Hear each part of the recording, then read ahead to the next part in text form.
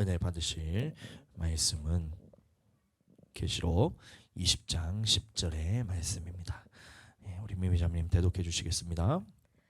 또 그들을 미혹하는 마귀가 있어 불과 유황못에 던져지니 거기는 그 짐승과 거짓 선지자도 있어 세세토록 밤낮 괴로움을 받으리라. 아멘. 자, 그래서 오늘은 백보자 심판에 대해서 말씀을 나누기 전에 먼저 이 마귀가 어떤 존재인지에 대해서 우리가 알아야 되기 때문에, 또 어떻게 활동하는지에 대해서 알아야 되기 때문에, 그래야 우리가 이것에 대해서 대적할 수 있기 때문에 이걸 좀 다루도록 하겠습니다.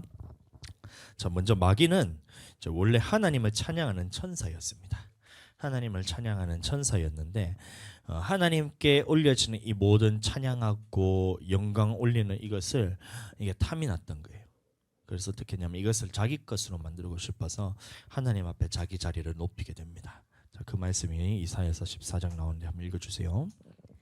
너 아침의 아들 계명성이 어찌 그리 하늘에서 떨어졌으며 너 열국을 엎은 자여 어찌 그리 땅에 찍혔는고.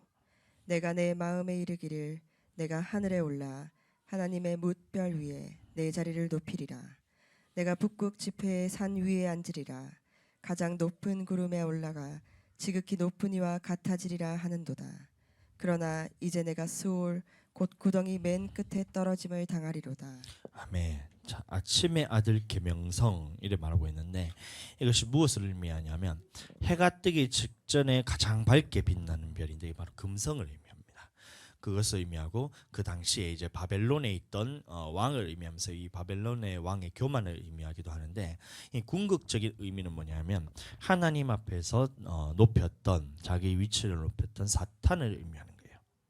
그래서 이제 이게 킹 제임스 버전에는 뭐라고 번역이 되냐면 루시퍼라고 나와 있습니다. 천사장이었던 루시퍼, 계명성을 루시퍼라고 이렇게 번역이 되어 있는데, 이 천사장이었던 루시퍼가 이 하나님 앞에 찬양을 담당하던 이 천사가 모든 찬양을 자기가 받고 싶어서 자기가 그 자리를 하나님까지 높이게 되는 거예요. 이 교만함으로 하나님 앞에 높아지다가 하나님 앞에서 징계를 받아서 땅에 떨어지게 됩니다. 자, 그래서 유다서 1장 6절. 또 자기 지위를 지키지 아니하고 자기 처소를 떠난 천사들을 큰 날의 심판까지 영원한 결박으로 흑암에 가두셨으며. 그래서 하나님께서는 이 자기 처소를 떠난 천사들을 심판 때까지 어디에 가두셨냐 하면 흑암에 가두셨다라고 말하고 있는데, 이 흑암이 어디냐면 창세기 1장 2절입니다. 땅이 혼돈하고 공허하며 흑암이 깊음 위에 있고 하나님의 영은 수면 위에 운행하시니라. 자, 그래서 제가 다시 한번 설명을 드리면, 태초에 하나님이 천지를 하시니라 했을 때에 그 첫째 날, 둘째 날, 셋째 날, 넷째 날, 다섯, 여섯, 일곱째 날까지 우리가 주일학교에 보면 첫째 날 뭐 만들었어요 하면 빛이요, 둘째 날 뭐 만들었어요 하늘이요, 셋째 날 뭐 만들었어요 땅이요, 이렇게 우리가 주일학교에 배웠는데, 그게 아니고 성경을 보시면 정확하게 나오는데, 첫째 날이 아니고 태초는 언제 지어졌냐면, 태초는 천지를 언제 지어졌냐면 태초 이전에 지어졌다는 거예요. 창세기 1장 1절을 한번 말씀을 찾아서 한번 읽어보시면, 태초에 하나님이 천지를 창조하시니라 이래 말하고, 그 다음에는 뭐라고 나오냐면 2절에 방금 보셨던 것 같이 땅이 혼돈하고 공허하며 흑암이 깊음 위에 있고 하나님의 영은 수면 위에 운행하시니라 이래 말하고 있어요. 그 다음에 첫째 날이 등장합니다. 자, 다시 태초에 하나님 천지를 창조하시기 전에, 왜 이래 이거?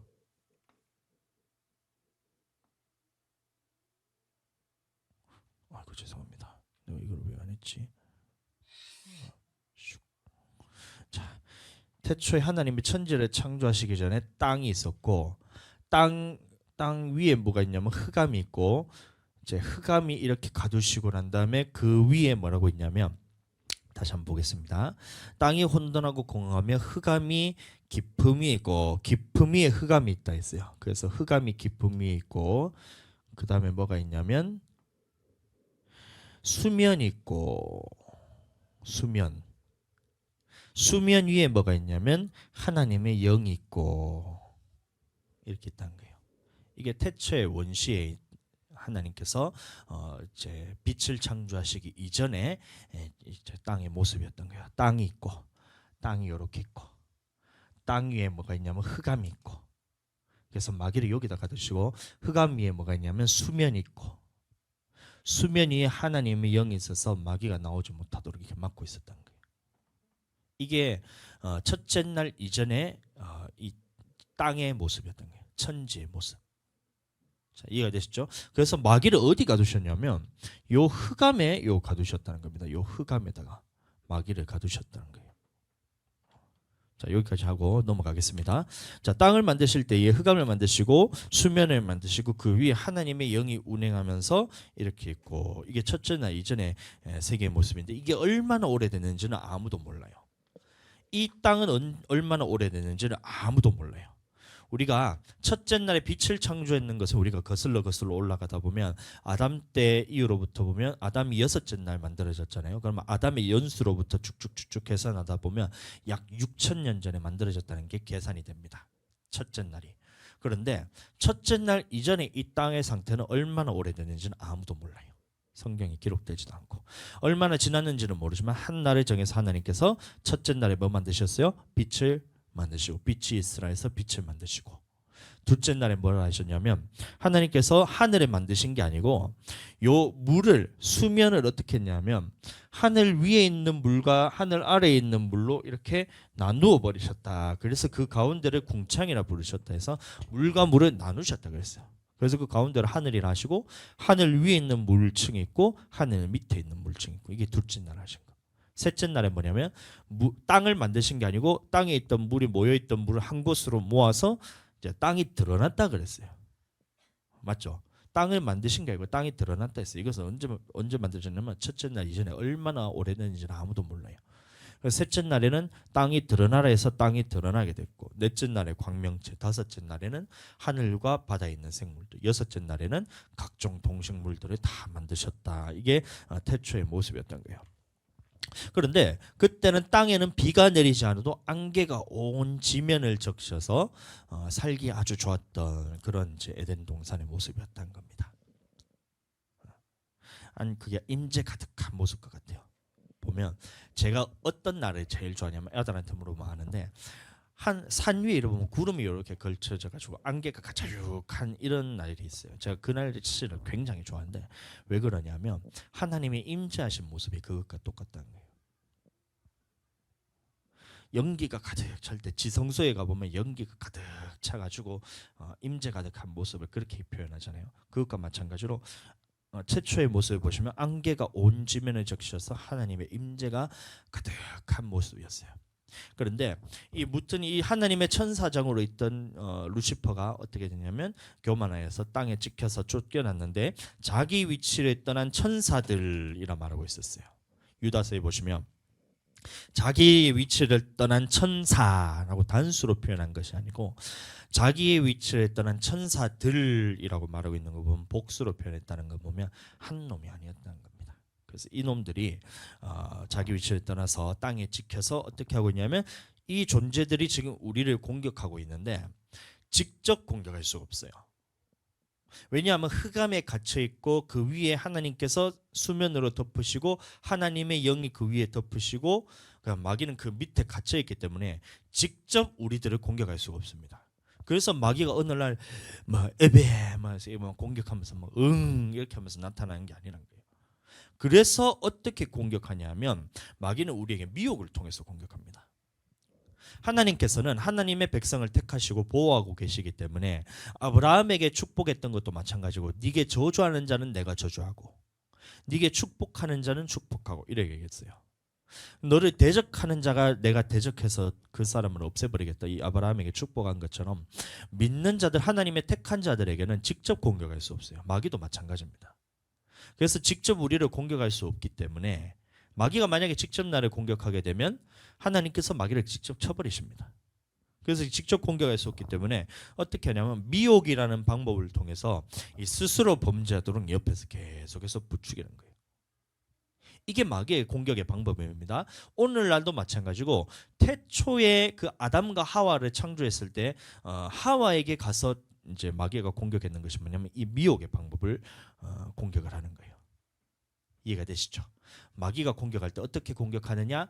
미혹을 하는데, 자, 어떻게 공격하는지 이게 레파토리가 다 똑같습니다. 첫 번째는 뭐냐면 하나님의 말씀에 대해서 물어요. 얘가 말씀에 대해서 아는지 모르는지에 대해서 묻습니다. 마귀가 시험을 합니다. 하와에게는 어떻게 했어요? 동산 모든 나무의 열매는 먹지 말라 하시더냐, 이렇게 하면서 마귀가 물어요. 우리도 마찬가지입니다. 하나님의 말씀에 대해서 정확하게 알지 못하면 가서 묻는 겁니다.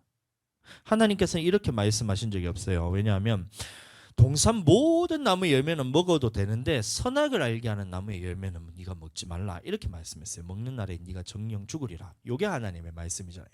근데 이 말씀을 하와가 아는지 모르는지를 뱀이 와가지고 마귀가 와가지고 시험합니다. 하나님이 동산 모든 나무의 열매는 먹지 말라 하시더냐. 이 살짝 비꼬아가지고 이렇게 질문하는 거예요.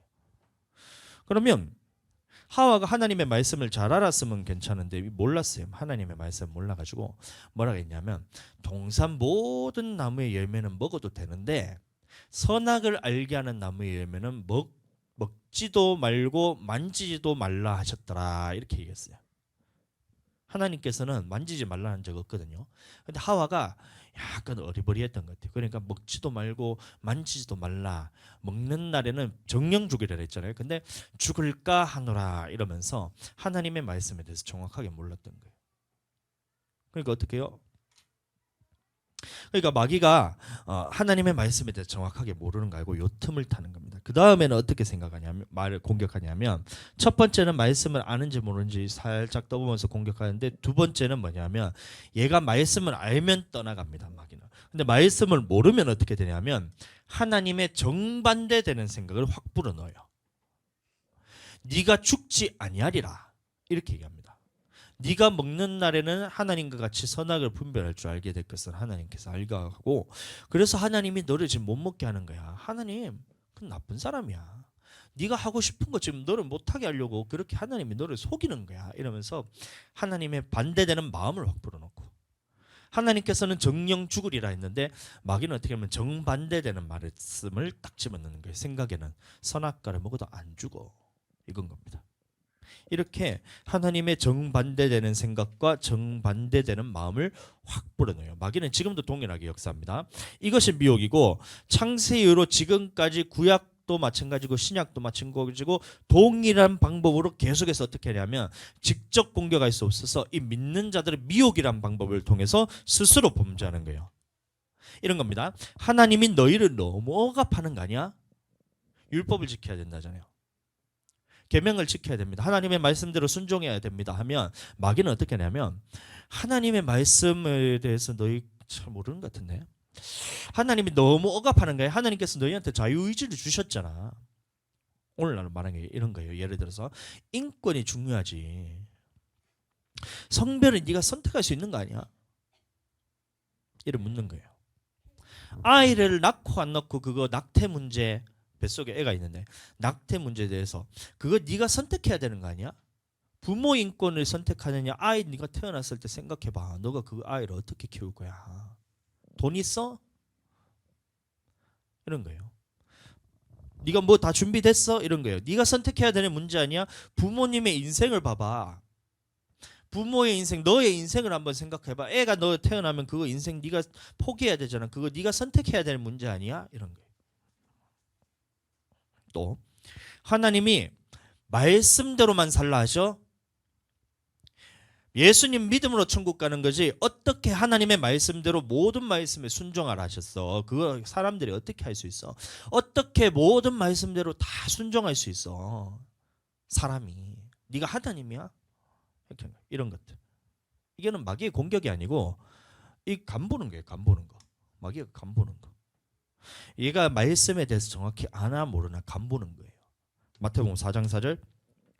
예수께서 대답하여 이르시되 기록되었으되 사람이 떡으로만 살 것이 아니요 하나님의 입으로부터 나오는 모든 말씀으로 살 것이라 하였느니라. 그러면 우리의 정답은 당연히 모든 말씀에 순종해야 된답니다. 마귀는 이것을 공격하는 거예요. 공격하는데 첫 번째 미혹이 뭐냐면 얘가 말씀에 대해서 아냐 모르냐를 공격하는 거예요. 모든 말씀에 순종하라는 게 하나님의 말씀이야? 이래 물어본 거예요. 마귀가 처음에 선악과를 따먹은 게 마찬가지잖아요.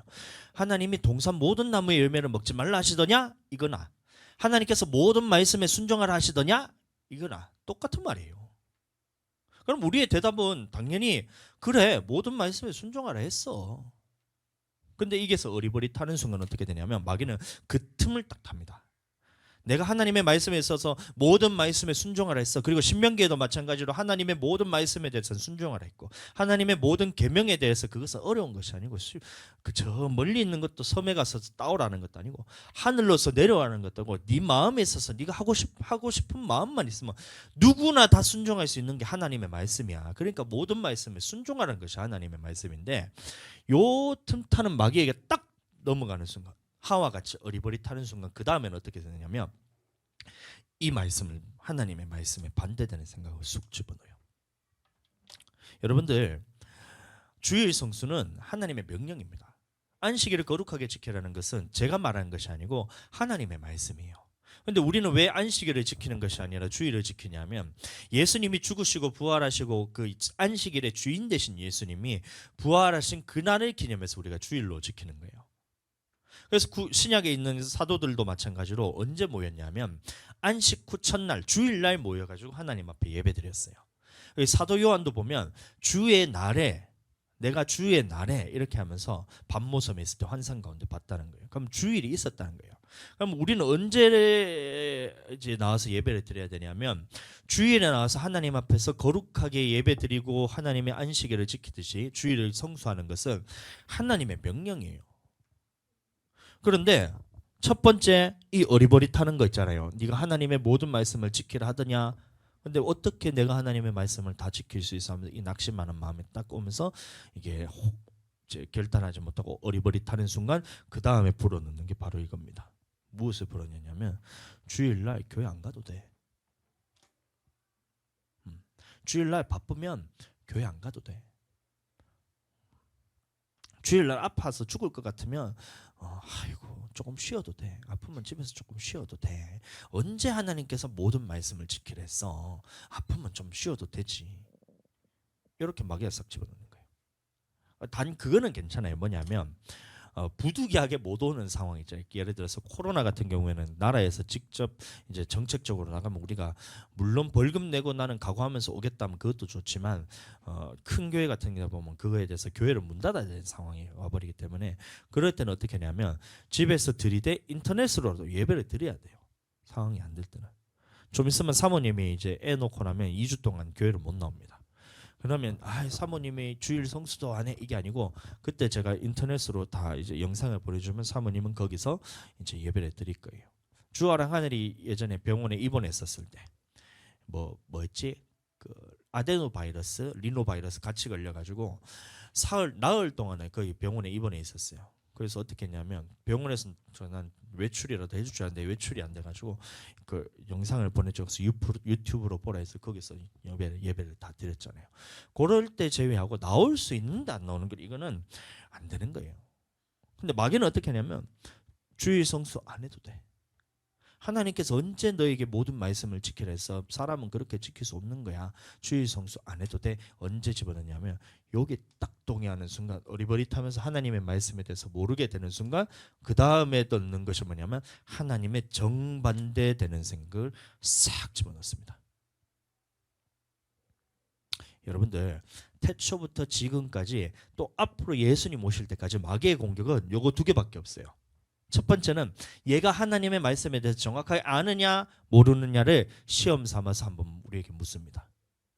그 다음에는 뭐냐면 하나님의 모든 말씀을 지켜야 된다고 딱 내 마음이 딱 지켜지면 그러면 마귀는 떠나가게 돼 있어요. 대적하란 말이 그겁니다.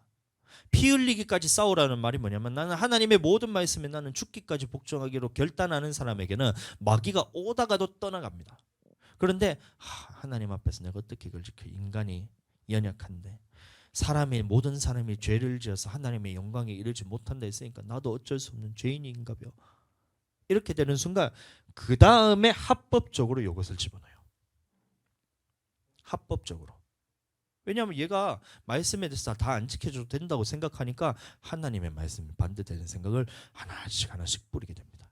가라지처럼 뿌리게 됩니다. 첫 번째, 그래서 시험 들어서 사람이 어느 순간 예배 잘 나오다가 예배 안 나오고, 신앙생활 잘하다가 어느 순간 시험 들어가지고 그 이단 같은 데 빠지고 이런 게 왜 그러냐면 여기서 열어줬기 때문에 여기 들어오는 거예요. 자, 마귀의 공격이 이렇고, 자, 그 다음에 뭐냐면 자, 보시면 사울도 마찬가지로 구약에 있었던 거 제가 좀 이제 귀신의 역사든 마귀의 역사에 대해서 조금 살펴드리면 사울이 기름 받고 하나님의 영에 감동됐을 때가 있었어요. 왕으로서 하나님 앞에 사무엘에게 기름 부음 받았을 때에 사울이 어디 가냐면 라마나요시라는 곳에 갔을 때, 그건 선지자들이 사는 그런 동네였거든요. 근데 사울이 라마나요시라는 이곳에 딱 도착했을 때 하나님의 영이 사울을 완전히 사로잡아 버렸어요. 성령 충만해 버렸어요. 그러니까 어떻게 하냐면 사울이 예언도 하고, 그러면 돌아다니면서 소리를 막 지르면서, 이게 임재 현상으로처럼 우리가 기도하다 보면 주여 하기도 하고 하면서 막 이렇게 기도하기도 하잖아요. 안 해보셨어요? 저만 했어요. 막 하면서 이게 임재 현상이 나타난 거예요. 사울이 성령 충만했을 때는. 그런데 사울이 이제 아말렉 군대를 다 쳐서 진멸해서 없애버렸는데, 이것을 불순종했을 때 하나님의 영이 사울에게서 떠나게 됩니다. 언제 성령이 떠나게 되냐면 하나님의 말씀에 불순종할 때 성령이 떠나게 되는 거예요. 그때 사울에게 주장했던 이 사로잡았던 성령이 떠나고 하나님이 부리시는 악신이 사울에게 딱 임하자 어떻게 되냐면 사울은 완전히 귀신에 사로잡혀 버렸어요. 그래서 평생을 다윗을 죽이려고 쫓아다닙니다. 사울을 죽이려고 평생을 쫓아다니는 게, 이게 사울이 하는 것 같지만 그 속에 이걸 틈을 준 거예요. 그러면 사울에게는 하나님이 역사에서 우리가 이끌려가면 성령에 이끌려서 이렇게 다니는 것처럼 마귀가 이렇게 이끌려서 돌아다니는 거예요. 평생을 다윗만 보면 눈에 불을 켜면서 창을 들어가 던지기도 하고 이런 거예요. 막 사람들 보면 사울을 보호했다고 그 선지자들을 막 다 잡아 죽여버리는 거예요. 이런 일들을 사울이 합니다. 왜요? 이 악한 영에 의해서 사로잡혔기 때문에. 자, 그런데 그 사울이 다윗을 막 죽이려고 하는데 하루는 어떤 일이 있었냐면, 이 하길라라는 이 이제 산인데 하길라 산 근처에 사울이 진을 치고 있었어요. 근데 진을 치고 있었는데 하나님이 깊이 잠들게 하는 영을 줘가지고 다 잠들어 버렸어요. 사울과 그 군사들이. 그때 누가 들어갔냐면 다윗의 최측근이었던 아비새라는 사람이 그 진 가운데로 들어갑니다. 사울의 진 가운데로. 그때에 마귀가 어떻게 역사했는지 잘 보세요. 다윗에게 하나님의 말씀을 아는지 모르는지를 시험합니다. 자, 사무엘상 26장 8절. 아비새가 다윗에게 이르되 하나님이 오늘 당신의 원수를 당신의 손에 넘기셨나이다. 그러므로 청하오니 내가 창으로 그를 찔러서 단번에 땅에 곱게 하소서. 내가 그를 2번 찌를 것이 없으리이다 하니. 예, 마귀가 어떻게 공격을 하는지 보세요. 사울은 완전히 악한 영이 사로잡혀 가지고 다윗을 죽이려고 평생을 쫓아다닙니다. 근데 다윗은 하나님의 영에 감동된 사람이에요. 성령 충만한 사람이에요. 그런데 이 다윗에게 마귀가 어떻게 공격하냐 하면 가장 옆에 있었던 최측근을 통해서 다윗에게 공격을 하는데, 요거를 공격합니다. 하나님의 말씀에 대해서 아는지 모르는지. 보세요. 어떻게 공격하는지. 아비새가 다윗에게 말하는 겁니다. 오늘 하나님의 당신의 원수를 당신의 손에 넘겼었습니다. 그러니까 청하오니 단번에 내가 창으로 이 사람을 죽여버릴게요. 이렇게 얘기하는 거예요. 자, 그게 무슨 말이냐면 굉장히 그럴듯한데, 드디어 원수 갚을 기회가 왔습니다. 이게 무슨 말이냐면 사탄이 다윗에게 주는 미혹이, 네가 죽을 위기에 처해 있는데도 기름 부음 받은 왕을 치지 말라 하시더냐, 이건 거예요. 너가 지금 죽을 위기에 처해 있는데도 기름 부음 받은 왕을 치지 말라 하시더냐. 다윗에게 마귀가 와서 속삭이는 거예요. 다윗은 하나님의 말씀을 잘 알았어요. 그래서 어떻게 했냐면 사무엘상 26장 9절 말씀 보세요. 다윗이 아비새에게 이르되 죽이지 말라. 누구든지 손을 들어 여호와의 기름 부음 받은 자를 치면 죄가 없겠느냐. 다윗은 말씀을 너무 잘 알았던 거예요. 기름 부음 받은 여호와의 종을 치는 것은 하나님 앞에서 죄다. 그러니까 어떠한 상황이 있더라도 하나님 앞에서 기름 부음 받은 자를 치는 것은 하나님 앞에서 죄다. 그래서 나는 할 수 없다 하면서 이 말씀에 대해서 딱 이겨버립니다. 그런데 많은 사람들이 여기서 실수를 해요. 기름 부음 받은 주의 종, 목사님이고 있잖아요. 왕들, 대통령들, 이런 사람, 지도자들, 이런 사람들에 대해서 함부로 말하는 것에서 두렵게 생각하지 않아요. 네가 지금 힘들지, 고통받고 있지, 너가 지금 삶이 너무 어렵지. 그러면 국가 지도자를 향해서 원망하는 것은 그건 하나님께서 허락해 주시는 거야. 목사님이 어떻게 저떻게 할 때 여러분들 입 밖에 내시면 안 돼요. 저를 아니 제가 목사니까 여러분들을 강압하려고 억압하려고 그런 게 아니고 하나님의 말씀에 있어서 이건 겁니다. 저도 마찬가지예요. 저도 주의 종에 대해서 저는 입 밖에 내두고 비판하거나 험담하거나 이런 걸 해본 적이 없어요. 왜냐하면 저는 이걸 하나님한테 직접 제가 징계를 받았던 사람이기 때문에 제가 의정부 사회 갈 때 그 목사님에 대해서 지금 생각해도 제가 100% 잘했어요. 기억하시겠지만 여러분들 미미자매님 들었잖아요. 근데 그 가운데서 하나님이 저를 책망하시더라고요. 그래서 저는 주의 종, 기름 부음 받은 주의 종에 대해서 치는 것은 하나님께서 정말로 극렬히 싫어하시는 것을 제가 너무 잘 알아요. 그래서 한 번도 제가 그에 대해서 비판하거나 판단하거나 정죄하거나 해본 적이 없어요. 보호하고 끝까지 그 사람 편에 서서. 목사님들끼리 싸우잖아요. 이때 제가 정말 난감하거든요. 이 목사님이 이 사람 혼나고 이 목사님이 이 목사님 혼나고 이러면 저는 그 가운데서 입을 탁 닫아요. 그리고 난 다음에 세워줘요. 그 목사님도 정말 잘하는 것이 있다. 하나님께서 크게 쓰시기 위해서 그 사람이 잘하는 부분이 이런 부분이니까 나는 그것만 보고 있다. 마찬가지로 이 목사님이 너무 힘들게 해요. 사람들을. 그래도 그 목사님의 장점만 얘기하고 딱 세워줍니다. 얼마나 하나님이 저를 통해서 기뻐하시는지 몰라요. 그 기쁨이 저는 항상 저에게 부어지거든요. 근데 다윗에게 와서 말하는 거예요.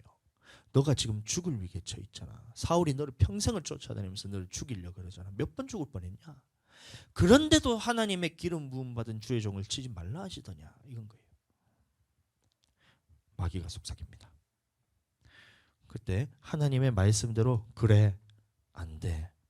주의 종을 치는 것은 하나님이 금하신 거야. 요래 딱 붙들리면 마귀는 떠나갑니다. 그런데 어리버리하게 그래 이렇게까지 상황이 힘들고 내가 죽을 것 같은데 하나님께서 이 정도는 용서해 주시지 않겠냐 딱 하는 순간 어떻게 되냐면 그 다음에는 기름 부음 받은 주의 종을 쳐도 돼 이 말에 집어넣는 거예요. 1번 2번 처음부터 하나님을 대적하지 않습니다. 처음에는 얘가 하나님의 말씀을 아냐 모르느냐를 시험하고 얘가 하나님의 말씀을 모르면 그때 하나님의 반대되는 생각을 집어넣는 거예요. 술 마시는 거 마찬가지잖아요. 술 취하지 말라 이는 방탕한 것이니 너희는 성령 충만함을 받으라 하잖아요. 그럼 많은 사람들이 이상하게 생각해요. 마시고 싶으면 마시고 싶다 하면 되지. 꼭 성경을 빗대가지고 하나님이 술을 취하지 말라 했지 언제 술 마시지 말라 했냐고 이러고 있어요. 그럼 그 술 취하는 기준이 뭐냐 말이에요. 술 취하는 기준이. 한 잔 먹으면 술 안 취해요. 알코올이 들어갔는데 안 취해요.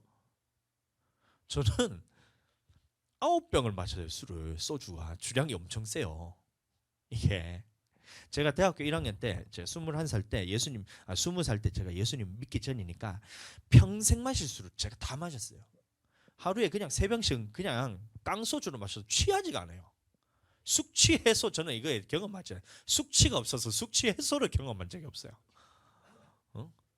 MT 같은 데 가면 괴짝 가지고 술을 마시잖아요. 그럼 아침까지 버티다가 양주 마시면서 선배들하고 이렇게 딴 친구들 다 골로 보내고 저 끝까지 남아서 일어가는 사람이 그러니까 그럼 저는 도대체 술이 언제 취하는 거예요?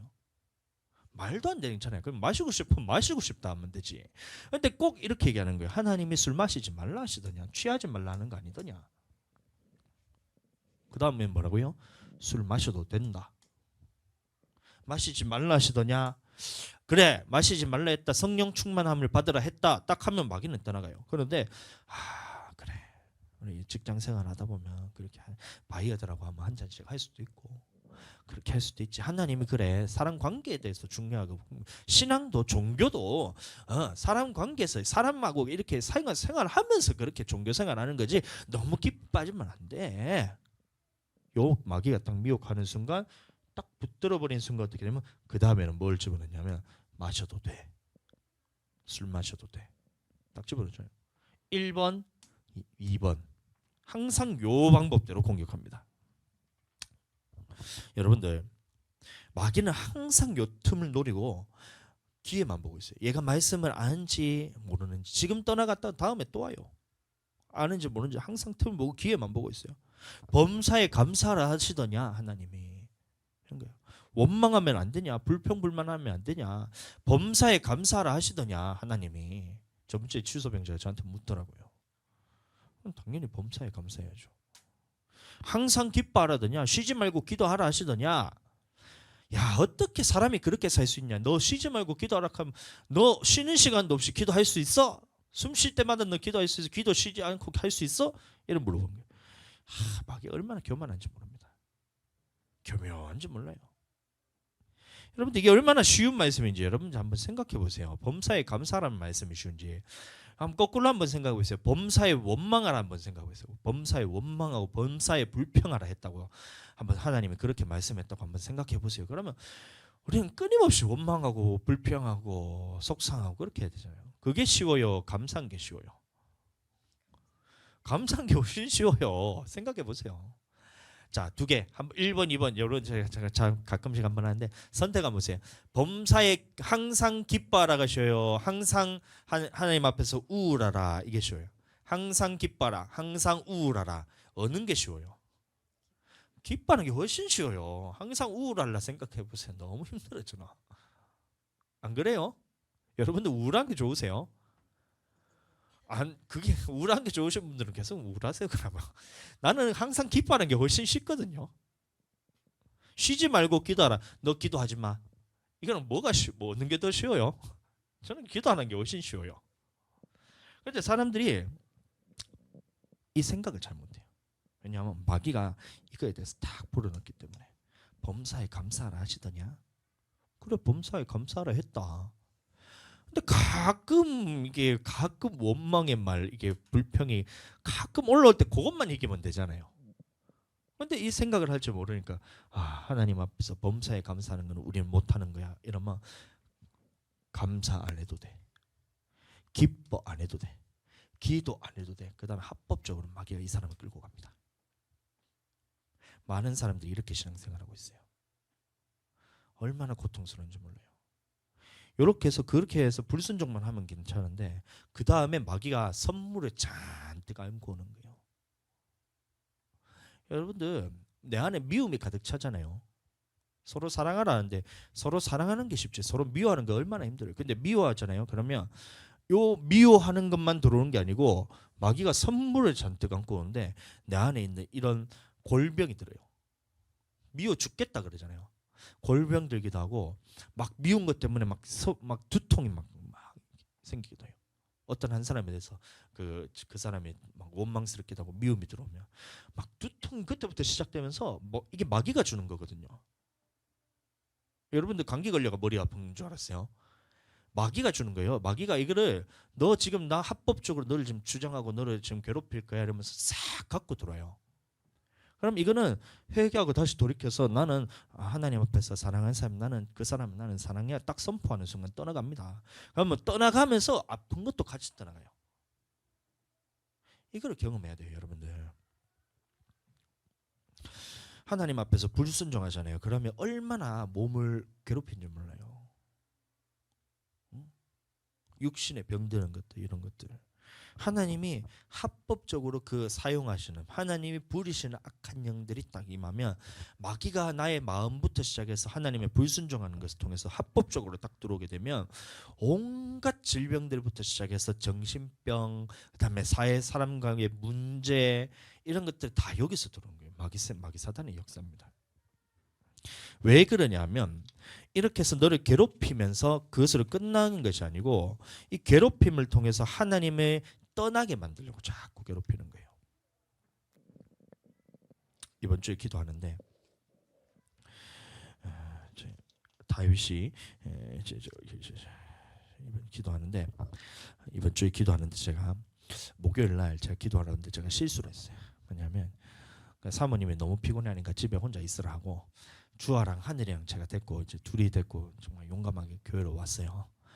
근데 집에서 나오자마자 주아가 차에 타자마자 엄마한테 갈 거야, 집에 갈 거야, 이렇게 집에 보내줘 이렇게. 근데 기도 시간 다 돼가 집에 갈 수가 없었어요. 그래서 교회로 끌고 왔죠.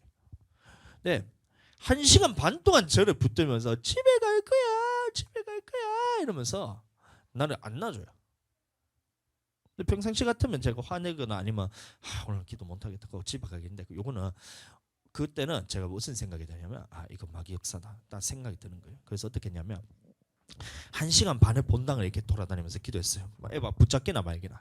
주하는 극하고 있고 하늘은 뒤에서 목 조르면서 히히히히 이러면서 막 나를 괴롭히고 있고 장난치고 이러고 있고, 주하는 나 바디끄랭이 잡고 나 집에 갈 거야, 엄마한테 갈 거야, 나 혼자 집에 갈 거야, 나 집에 보내, 이러면 그냥 1시간 반을 그런 거예요. 그래서 어떻게 했냐면 철저하게 그거를 날 것이 아니다, 나는 이걸 무시하고 나는 돌이다, 나는 나무다 이러면서 무시하고 주님 질질 끌려가면서 이러면서 기도를 했어요. 1시간 반을 본당에 이렇게 돌아다니면서 하면서 쫙 쪼르니까 한양의 목조인가 기도했어요. 막 다리 끄댕이 이렇게 막 이렇게 질질 끌려가면서 이렇게 했어요. 진짜 나 귀신 들리는 줄 알았어요, 진짜로. 그런데 1시간 반을 불고 매달리더니만 딱 그 한 마귀가 시험하는 그 시간이 딱 지나가니까 갑자기 분위기가 싹 바뀌었어요.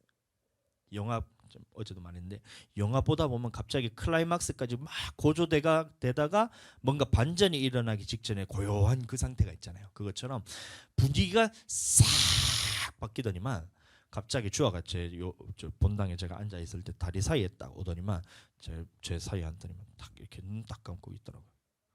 그래서 귀에다 짚어가지고 제가 주한테 손에 이렇게 가슴에다 손을 포개하고 제가 위에다가 손을 딱 얹고 기도를 했거든요. 근데 그 안에서 임재해버렸어요.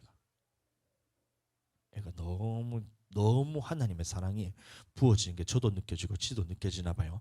그래서 기도하면서 눈 딱 감고 있길래 주아야, 아빠 기도해 줄 테니까 요 누워봐. 그러니까 띵 눕더니만 제가 손 얹고 기도했더니만 30분을 그렇게 기도했어요. 30분. 그러면서 하나님의 역사인 게 저도 보이잖아요. 그러니까 주아 기도 끝나고 하나님, 주아야 하나님 살아계시지. 그러니까 응 이러더. 하나님 너 좀 너무 좋지. 그러니까 응 이러죠. 아빠도 그 하나님 사랑 너무 좋아가지고 매일 기도하는 거야. 부럽지? 이러니까 맨날 이러고 맨날 기도하는 거 별로 안 부러운가 봐요. 그래서 근데 그때 이제 주아에게 딱 임하는 하나님의 역사가 마귀가 공격하는 것이 딱 내가 무시하고 그것을 내가 받아들이지 않고 넘어가니까 그 다음에는 하나님이 부어주신 사랑이 참 느껴지더라고요. 집에 와서 사모님이 주아에게 물어본 거예요. 손 얹고 기도하니까 어땠어? 그러니까 포근했어 이러더라고. 하나님 만지셨던 거예요. 1시간 반 만에 떠나갔어요, 마귀가. 얼마나 나한테 막 공격하는 것이 뭐냐면 너 집에 가고 싶지? 너 기도 시간 6시간 작정했는데 오늘 안 해도 되는데 애가 이렇게 괴롭히는데 너 어떻게 기도할 수 있어? 그 가운데서 기도가 돼? 이런 거예요. 내 마음에 마귀가. 되기나 말기나 너는 신경 쓰지 마라. 나는 기도할 거다. 이러면서 제가 1시간 반을 이렇게 버텼다니까요. 그 다음에 주아가 한 20분 기도하고 10분 만에 깨더라고요. 그래서 임자가 깨더라고요. 그래서 나한테 물어보는 게 아빠 이제 집에 갈까? 이런 게 제가 그것도 마귀 역사잖아요. 제가 2시간을 6시간 작정했잖아요. 그럼 2시간 기도해야 되잖아요. 9시까지. 근데 주아가 막 괴롭힐 때는 그걸 이겼어요. 마귀 역사를. 보이잖아요. 이게 마귀가 나를 괴롭히는 게. 근데 1시간 반 기도하고 버티고 그다음에 임재가 빠져가지고 주아 기도하고 난 다음에 20분 만에 깨어나서 첫 마디가 저를 또 미혹하는 거야. 아빠 우리 이제 집에 갈까? 너무 예쁘게 얘기하더라고. 순간 속아서 넘어가서 집에 갈 뻔했어요. 아니야 주아야, 아빠가 조금만 더 기다려. 10분까지 더 채우고 가야 돼. 조금만 더 버텨. 이러고 해서 주아 또 이게 다시 눕혀갖고 기도하고 저도 기도하고 이렇게 했어요. 으악 하면서 이렇게 집에 갈까 이렇게 공격하는 거야. 아빠 집에 갈까? 이게 공격하는 거야. 똑같이 기도 못하게 방해하는 거잖아요. 딱 분별이 되죠.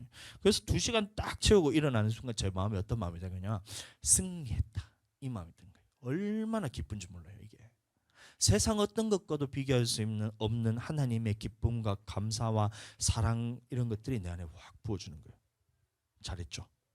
평상시 같았으면 온갖 짜증을 주한테 다 냈을 거 아니야. 너 때문에 내가 아빠가 기도도 못한다 하면서 네가 이 마귀 새끼야 하면서 막 했을 거 아니에요. 근데 그렇게 안 하고 떠나갈 때까지 딱 버티고 기도하니까 마귀가 딱 떠나가는 순간 하나님의 사랑이 마귀가 선물 가지고 찾아온 것처럼 하나님의 선물 가지고 딱 하고 부어주는 거예요.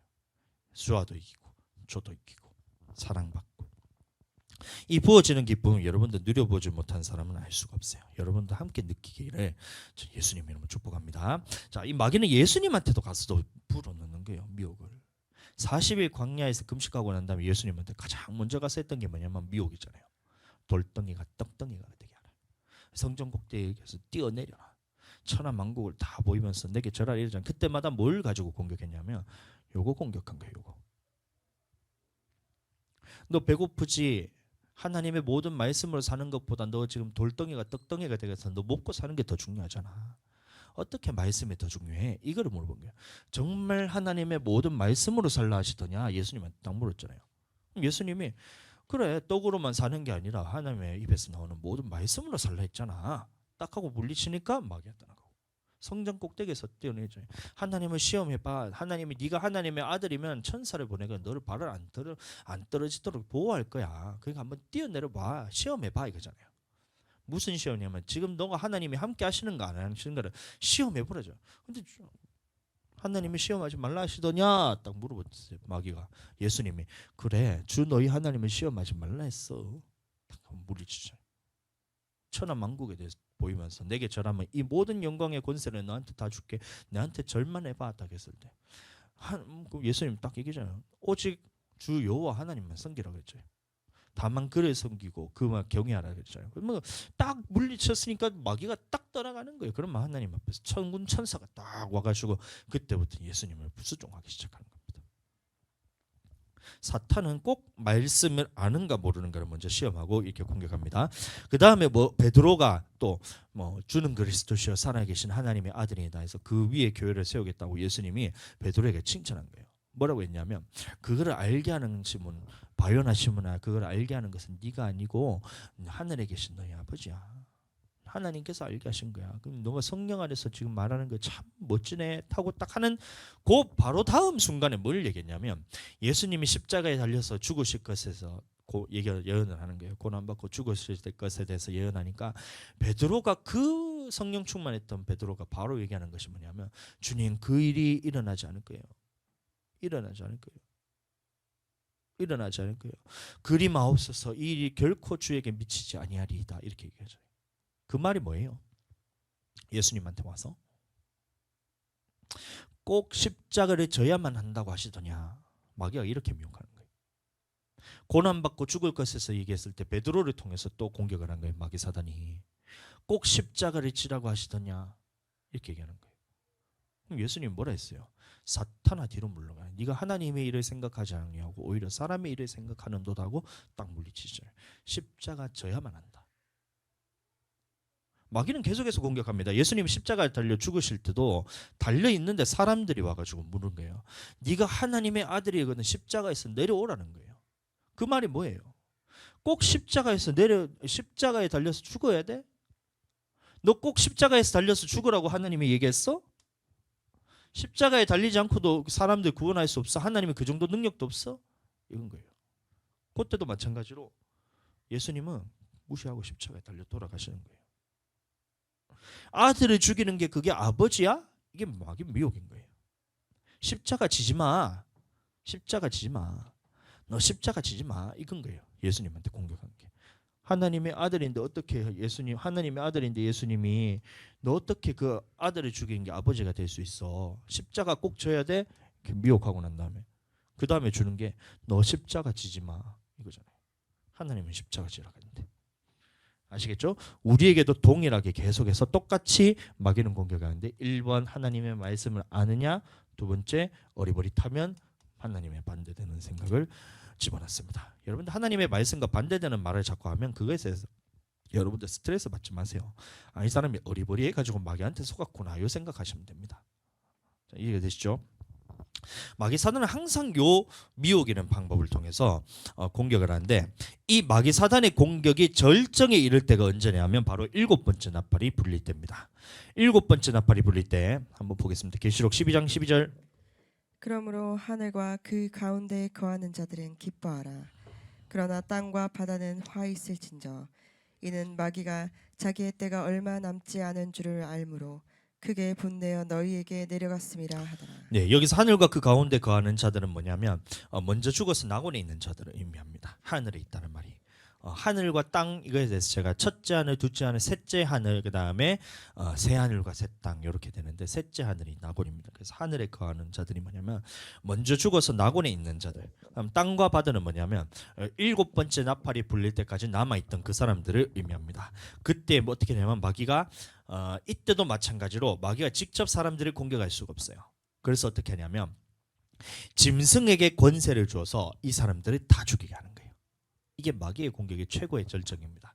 지금은 마귀를 통해서 우리는 미혹을 통해서 이렇게 하지만 그렇게 해서 사람들이 막 힘들기도 하고 고통도 주고 고난도 주고 문제도 생기게 하고 막 이렇게 하지만 요때는 어떻게 하냐면 이 짐승이라는 어떤 한 존재가 나타나는데 세계의 모든 사람을 통합해서 다스리는 지도자를 짐승이라 그런 거예요.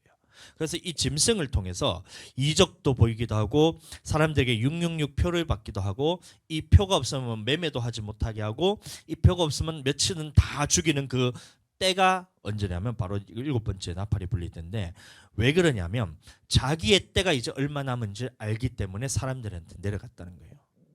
자, 일곱 번째 나팔이 불리면 이제 일곱 대접이 쏟아지고 그 후에는 이제 천년 왕국이 지난 후에 자기는 심판이죠. 그래서 얼마 남지 않아서 이제 사람들을 마지막으로 최선을 다해서 공격하기 위해서 내려간다는 거예요. 필사적으로 핍박하기 시작합니다. 이때도 마귀는 직접 성도들을 공격할 수 없어요. 그래서 짐승에게 권세를 줘서 사람들을 그 짐승을 통해서 공격하는 거예요. 그래서 이 짐승도 짐승이라 해서 어떤 동물이 아니라 한 사람인데 전 세계를 다스리는 사람으로서 믿는 자들을 다 죽이는 환란이 일어납니다. 그리고 대접이 쏟아진 후에 아마게돈 전투를 통해서 짐승과 선지자는 산채로 불못에 던져지게 되고 예수님을 대적하는 모든 영혼들과 그 다음에 마귀는 무저갱에 갇혀서 1000년 동안 미혹하지 못하게 갇히게 됩니다. 이게 마귀의 역사입니다. 그리고 1000년 왕국이 지난 후에 반드시 잠깐 마귀가 놓여서 낙원에 있던 그 백성으로 있던 저번 시간에 우리가 했던 백성으로 있는 사람이 있다 했잖아요. 우리는 왕과 같이 예수님과 같이 왕노릇하면서 1000년 동안 가르치는 사람들이고 첫째 부활에 참여하고 이 첫째 부활에 참여하지 못하는 낙원에 있는 그 백성으로 있는 사람들을 1000년이 지난 후에 모여서 다시 한번 미혹하게 됩니다. 그때 곡과 마곡 전투라 그러고 이 마지막 전쟁을 통해서 마귀는 불못에 던져지게 됩니다. 이게 마귀 역사예요. 계시록 20장 10절. 또 그들을 미혹하는 마귀가 불과 유황못에 던져지니 거기는 그 짐승과 거짓 선지자도 있어 세세토록 밤낮 괴로움을 받으리라. 보세요. 마귀가 불못에 던져질 때 보면 이미 짐승과 거짓 선지자는 그 안에 있다 했잖아요. 그럼 마귀는 지금 지옥에 있는 것이 아닙니다. 이때 1000년 왕국 지나고 난 다음에 이제 불못에 던져지는 것이 마귀입니다. 지금은 살아서 역사하고 있어요. 너무나 역사를 하는데 직접 공격하지 못하고 아까 말했던 그 미혹이라는 것을 통해서 우리 가운데 계속 역사하는 거예요. 이거를 분별해내지 못하면 우리는 마귀에게 쓰임 받다가 고통만 받다가 결국에는 내 영혼이 멸망받을 수밖에 없습니다. 아까 말이죠. 주하라 처음에 막 이거는 분별이 쉬워요. 아빠한테 나 집에 갈 거야 하면서 목 조르고 막 다리 끄댕이 잡고 머리 끄댕이 잡고 이렇게 하는 거는 이게 마귀 역사구나 싶은데 딱 기도가 끝나고 10분 남았는데 아빠 우리 집에 갈까? 이러면 사람들이 마귀가 아닌 줄 알아요. 집에 갈까? 이건 마귀 역사입니다. 여러분은 10분 남아서 기도해야 되잖아요. 이런 분별이 되지 않으면 우리는 항상 마귀에게 속아서 넘어가요. 너 술 마시면 안 돼. 술 마시지 마. 너 술 마셔도 돼. 술 마셔. 내가 장로인데 너는 집사인데도 술 안 마시냐? 이러면 우리는 분별하기 쉬워요. 맞죠? 그런데 그래 맡기시기 싫으면 안 마셔도 돼. 나도 너만한테 그런 고통은 다 알아. 참 그런데 참 하나님이 참 내게 은혜 주셔가지고 술 마시면서도 주님 섬기도록 참 잘 봐. 나도 지금 신앙생활 오래 하는 동안 주님 떠나지 않고 봐봐 사람들과 관계하면서 참 은혜 되잖아. 사람들이 보면서 나를 보면서 나처럼 신앙생활하고 봐봐 본이 되잖아. 마귀 역사입니다. 여러분. 저희 큰어머니가 저한테 그렇게 했어요. 뭐냐면 나는 권사님이시길래 나는 처음 신앙생활을 굉장히 잘하는 줄 알았는데 딸내미 결혼한다고 해가지고 저한테 축하주를 저한테 주는 거예요. 저는 그때 전도사였는데 얼마나 어이가 없던지. 좋게 얘기하든 나쁘게 얘기하든 마귀역사는 마귀역사입니다. 자, 그래서 이 마지막 전투 후에 마귀가 거짓 선지자와 짐승과 함께 불에 던져지고 난 다음에 이 일 후에 우리에게는 어떤 일이 일어나게 되냐면 백보자 심판이 일어나게 됩니다. 자, 저번 주에 이어서 이번 주도 시간이 좀 많이 갔지만 그래도 계속 하겠습니다. 백보자 심판을 받게 되는데 이거에 대해서 좀 나누겠습니다. 계시록 20장 11절. 또 내가 크고 흰 보좌와 그 위에 앉으신 이를 보니 땅과 하늘이 그 앞에서 피하여 간데 없더라. 예, 백보자 심판이 성경에 있나요? 이를 보면 백보자 심판이라는 말은 없습니다. 그런데 흰 보좌에서 심판하는데 흰 보좌가 마찬가지로 이 한자로 쓰면 백보자입니다. 그래서 보통 우리가 백보자 심판 이렇게 얘기하는데 흰 보좌와 그 위에 앉으신 이를 보니 예수님께서 심판하신다는 게 마지막 심판입니다. 땅과 하늘이 그 앞에서 피하여 간데 없다. 이 말이 뭐냐면 우리가 살고 있는 태초에 천지를 창조하셨던 이런 세계 자체가 이제 다 사라지게 된다는 겁니다. 첫째 하늘과 첫째 땅이 그 앞에서 피하여 간 데가 없고 모두 이런 우리가 살고 있는 이 3차원의 세계는 다 멸망을 받고 그러면 모두가 이제 영적인 차원에 들어가는 거예요. 4차원의 세계에 들어가게 됩니다. 계시록 20장 12절. 또 내가 보니 죽은 자들이 큰 자나 작은 자나 그 보좌 앞에 서 있는데 책들이 펴 있고 또 다른 책이 펴졌으니 곧 생명책이라. 죽은 자들이 자기 행위를 따라 책들에 기록된 대로 심판을 받으니. 아멘. 이제 모든 사람이 다 죽고 세계도 멸망을 받고 이제 우리는 영적인 차원에 들어가게 되는데 마지막 심판 때 보니까 거기에 뭐가 있냐면 책들이 있고 책들이라 그럽니다. 그다음에 또 다른 책 곧 생명책이 있다라고 말하고 있어요. 자, 그래서 많은 사람들이 책들이라 했기 때문에 생명책은 우리가 잘한 거 기록하고 나머지 책들은 우리가 못한 것이 기록되어 있다 이렇게 얘기하는데 그게 아니고 이 책들이라는 것은 우리가 보고 있는 이 성경을 의미합니다. 성경. 우리가 볼 때는 성경책이 한 권이잖아요.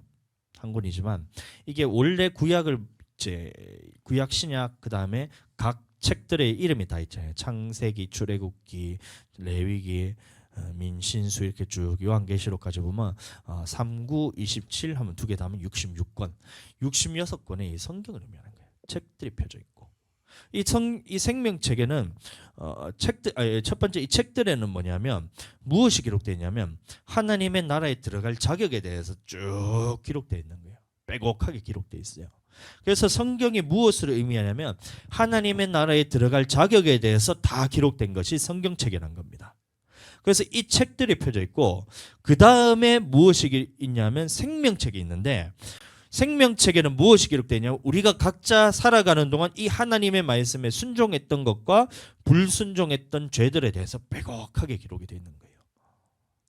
이게 무섭습니다. 우리는 이 생명책에 죄가 기록되어 있으면 우리는 천국에 들어갈 수가 없어요. 잘 이해하셔야 됩니다. 자, 보세요. 왜냐하면 하나님의 기준은 절대적이기 때문에 우리는 이 생명책에 죄가 조금이라도 기록이 되어 있으면 하나님의 나라에 들어갈 수가 없습니다.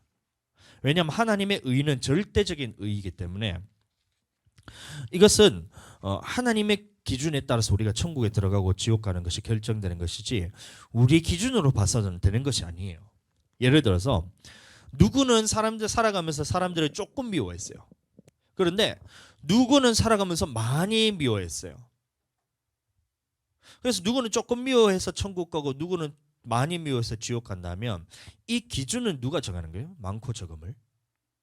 누구는 많이 미워했대요. 누구는 조금 미워했대요. 그 기준을 누가 정해요? 이 기준을 정할 수가 없어요. 우리가 볼 때는 누가 더 악하고 누가 덜 악한지를 우리는 이렇게 볼 수가 있어요. 저 사람은 예를 들어서 살인하고 연쇄살인마는 진짜 나쁜 놈이다.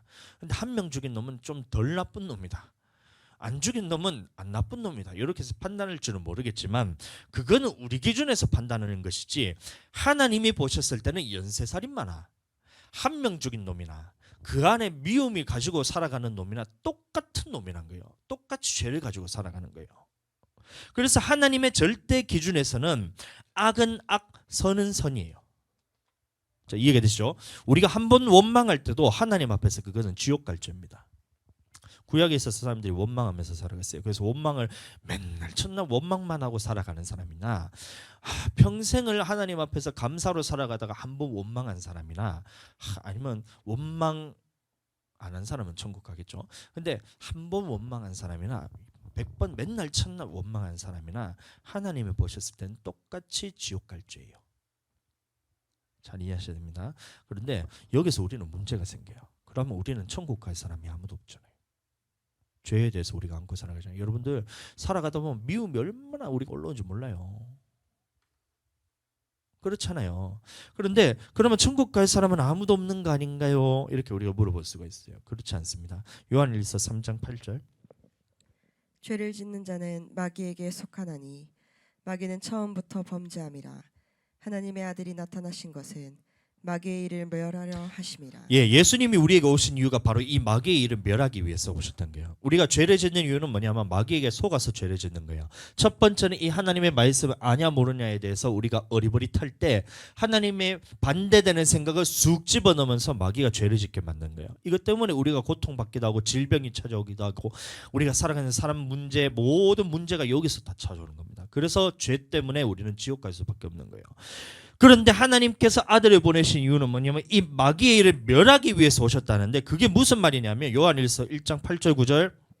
만일 우리가 죄가 없다고 말하면 스스로 속이고 또 진리가 우리 속에 있지 아니할 것이요 만일 우리가 우리 죄를 자백하면 그는 미쁘시고 의로우사 우리 죄를 사하시며 우리를 모든 불의에서 깨끗하게 하실 것이요. 아멘. 바로 예수 그리스도를 통해서 우리가 이 죄에 대해서 깨끗하게 지을 수 있다는 거예요. 우리는 예를 들어서 어떤 죄를 지었다가 우리가 회개합니다 하고 다시 생각이 날 수가 있잖아요. 그러나 하나님 앞에서는 우리는 죄를 자백하고 회개하고 돌이켰을 때는 하나님이 그 죄에 대해서는 깨끗하게 지워버리신다는 거예요. 생명책에 우리는 죄에 대해서 빼곡하게 기록되어 있다 했어요. 그러나 하나님 앞에서 이 죄를 예수 그리스도의 피를 통해서 회개하는 순간 이 죄에 대해서는 말끔하게 지워집니다. 이거를 믿으면서 여러분 살아가셔야 돼요. 우리는 한 사람을 죽이나 연쇄살인범이나 그 속에 마음속에 미움이 있는 사람이나 하나님이 보셨을 때는 똑같은 죄인이지만 예수 그리스도 안에서 회개하고 돌이키고 이 죄사함을 받은 사람들은 깨끗하게 지워진 사람들이에요. 그래서 우리는 날마다 이 생각날 때마다 이 죄에 대해서 회개해야 됩니다. 기도하다 보면 우리가 성령 안에서 기도하다 보면 얼마나 이 회개형이 부어지는지 몰라요.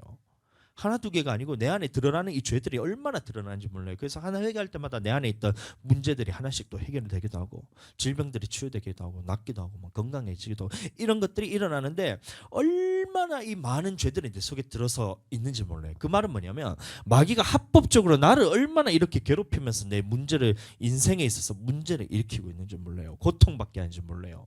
질병에 걸리고 아프게 하는지 몰라요. 하나하나 해결 다 해야 돼요.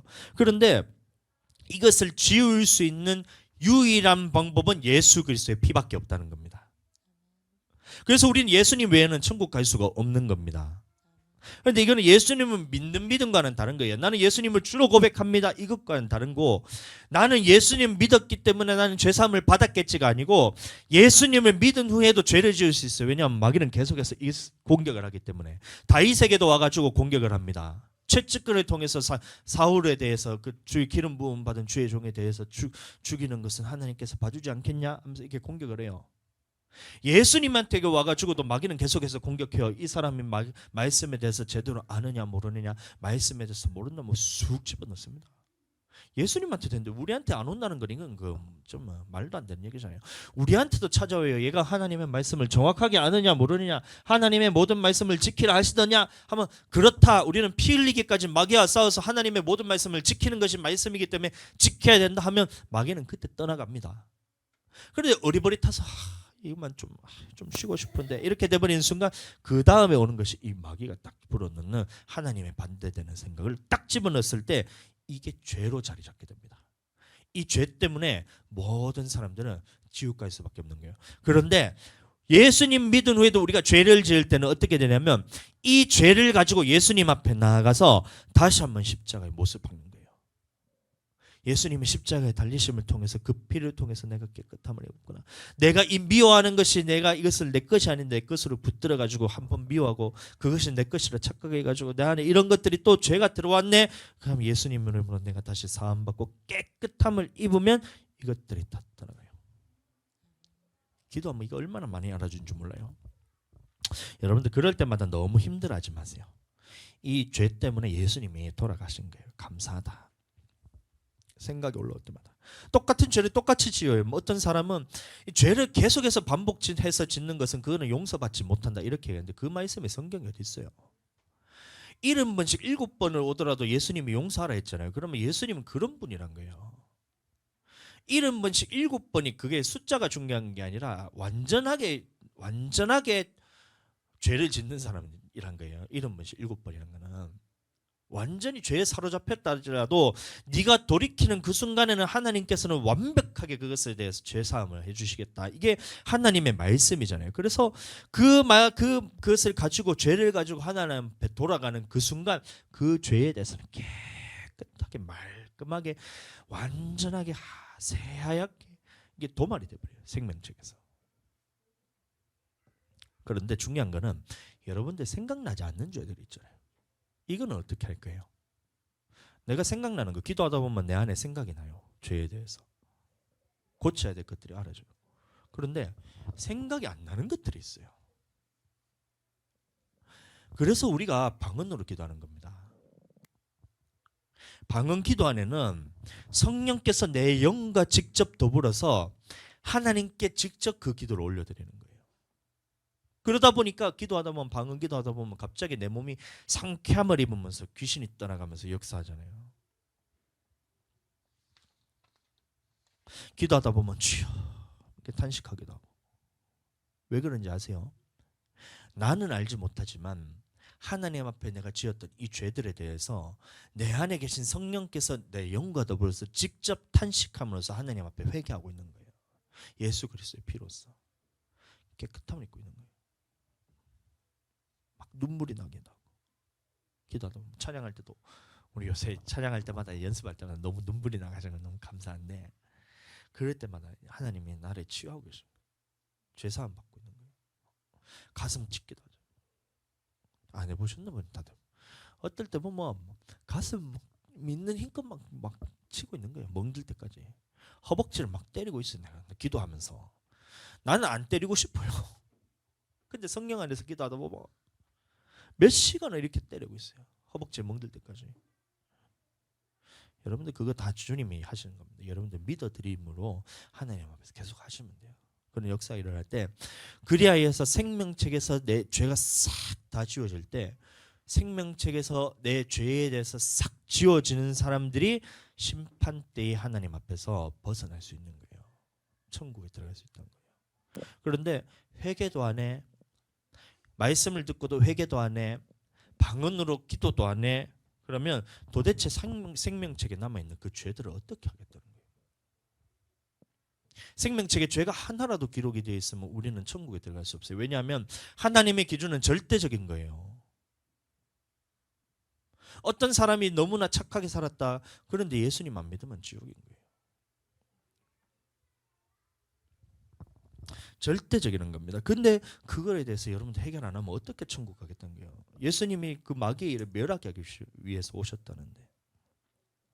계시록 20장 13절 바다가 그 가운데서 죽은 자들을 내주고 또 사망과 음부도 그 가운데서 죽은 자들을 내주매 각 사람이 자기의 행위대로 심판을 받고 사망과 음부도 불못에 던져지니 이것은 둘째 사망 곧 불못이라. 예, 우리의 행위는 하나님 앞에서 의로움만 남아야 됩니다. 그거는 첫 번째는 예수 그리스도의 피를 통해서 회개함을 통해서 깨끗하게 도말시켜야 되고 두 번째는 영의 기도로서 성령 안에서 우리가 자유함으로써 하나님 앞에서 깨끗함을 입어야 돼요. 그래서 생명책에서 나의 죄에 대해서 말끔하게 지워져야지 우리는 생명책에 이름이 기록되고 천국에 들어갈 수 있어요. 그런데 생명책에 기록이 되어 있는데 죄가 남아있다 그러면 어떻게 하냐면 하나님께서 생명책에 기록되어 있는 그 이름을 지워버리십니다.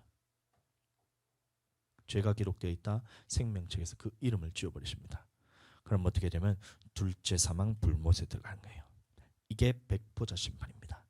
모든 사람들이 다 하나님 앞에 섰을 때는 핑계하지 못하는 거예요.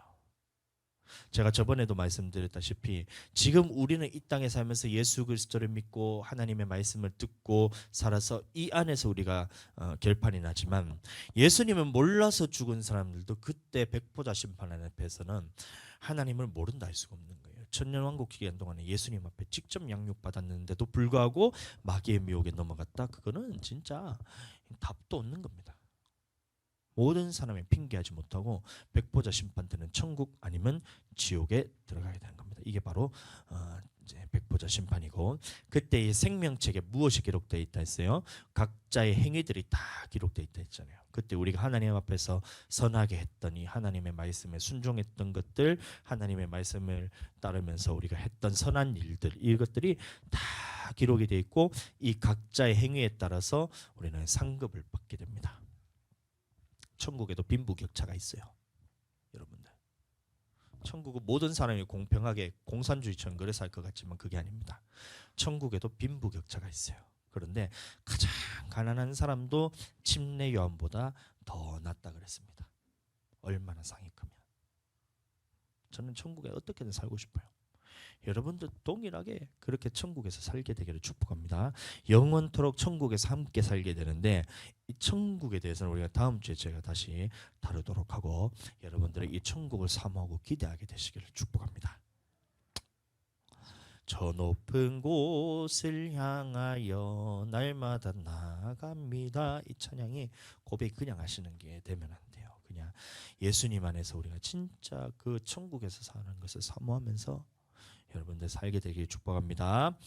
아멘. 그리고 백보자 심판에 대해서 이게 함께 나오는데, 너무 걱정하시면서 죄인처럼 살지 마세요. 우리는 예수 그리스도 안에서 문제가 해결받은 사람입니다. 회개하고 우리는 하나님 앞에서 죄사함 받고 이 죄사함을 누리고 승리를 누리고 있는 사람들이기 때문에 하나님 앞에서 자유하게 기쁨으로 신앙생활하게 되길 다시 한번 축복합니다.